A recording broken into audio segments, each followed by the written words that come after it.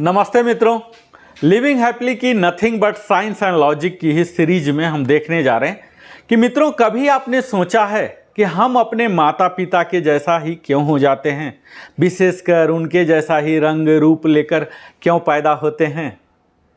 चलिए आप यही उत्तर देंगे कि यह क्रोमोजोम का खेल है। तो चलिए उसी क्रोमोजोम और क्यों हम अपने माता पिता के जैसे होते हैं इस सीरीज इस वीडियो में हम बात करेंगे। तो अलग अलग मनुष्यों की विशेषताएं होती हैं मित्रों, जिसे हम कैरेक्टरिस्टिक के नाम से जानते हैं, जो कि उनके क्रोमोजोम यानी कि गुणसूत्रों में से एक पीढ़ी से दूसरी पीढ़ी, जनरेशन टू जनरेशन पारित किया जाता है। हमारे प्रत्येक माता पिता हमें 23 गुणसूत्र क्रोमोजोम्स देते हैं, जिससे कुल 46 बन जाते हैं।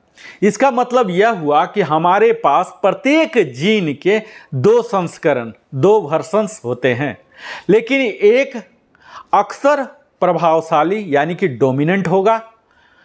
हम प्रमुख जीन का प्रभाव देखते हैं, जो कि डोमिनेंट होता है उसके प्रभाव देखते हैं, लेकिन दूसरा जो कि पुनरावृत्ति, जो रिसेसिव जीन है, अभी भी है, हमारे शरीर में रहता है और हमारे बच्चों को भी दिया जा सकता है। हम प्रमुख जीन का प्रभाव तो देखते हैं और यह क्रोमोजोम ही है मित्रों, जो कि एक छोटे धागा के रूप में होता है, जो आरबीसी यानी कि लाल रक्त कोशिकाएं जो हैं हमारी, उनके अलावा सभी कोशिकाओं में मौजूद होते हैं। यह क्रोमोजोम, उसमें एक संपूर्ण व्यक्ति के विकास के लिए सभी जानकारियां मौजूद होती हैं। यह एक विशेष जोड़ी है जो वास्तव में किसी व्यक्ति के लिंग का निर्धारण करती है।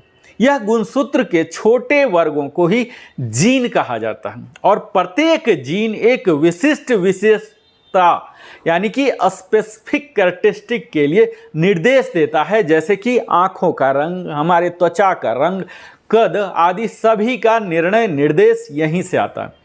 इनमें से कई जीन दूसरे जीनों के साथ काम करते हैं, इसलिए यह कहना बिल्कुल आसान नहीं है कि इनका क्या प्रभाव हमारे शरीर पर पड़ेगा। प्रत्येक कोशिका में एक नाभिक होता है और जो डीएनए, डीऑक्सीराइबोन्यूक्लिक एसिड नामक रसायन के रूप में कोडित सूचनाओं से भरा पड़ा होता है। डीएनए को जी नामक समूहों में व्यवस्थित किया जाता है। प्रत्येक क्रोमोजोम में हजारों जीन होते हैं, जिनमें से प्रत्येक में एक प्रोटीन के उत्पादन के लिए पर्याप्त जानकारी होता है। इस प्रोटीन का कोशिका के भीतर और शरीर की बनावट पर बहुत बड़ा प्रभाव पड़ता है। यह भूरी या नीली आंखों वाले व्यक्ति, सीधे या घुंघराले बाल, सामान्य या अल्बिनो त्वचा वाले व्यक्ति के बीच सभी अंतर कर सकता है। जिस समय मां के अंडे को निषेचित किया जाता है, उसी समय जीन एक नए इंसान को बनाते रहता है, निर्माण के लिए आदेश देना शुरू कर देता है। प्रत्येक विशेषता जो कैरेक्टरिस्टिक है, जो हमें माता पिता से विरासत में मिली है, वह क्रोमोजोम के भीतर जीनों की कोडिंग के माध्यम से ही हमें हस्तांतरित होती है, यानी कि पीढ़ी दर पीढ़ी आती है। कई दुर्लभ मामले होते हैं, कुछ लोगों में 47 क्रोमोजोम भी होते हैं। यह तब होता है जब लोगों को डाउन सिंड्रोम विरासत में मिलता है, यानी कि कंजेनियल होता है, जो एक आनुवांशिक विकार है।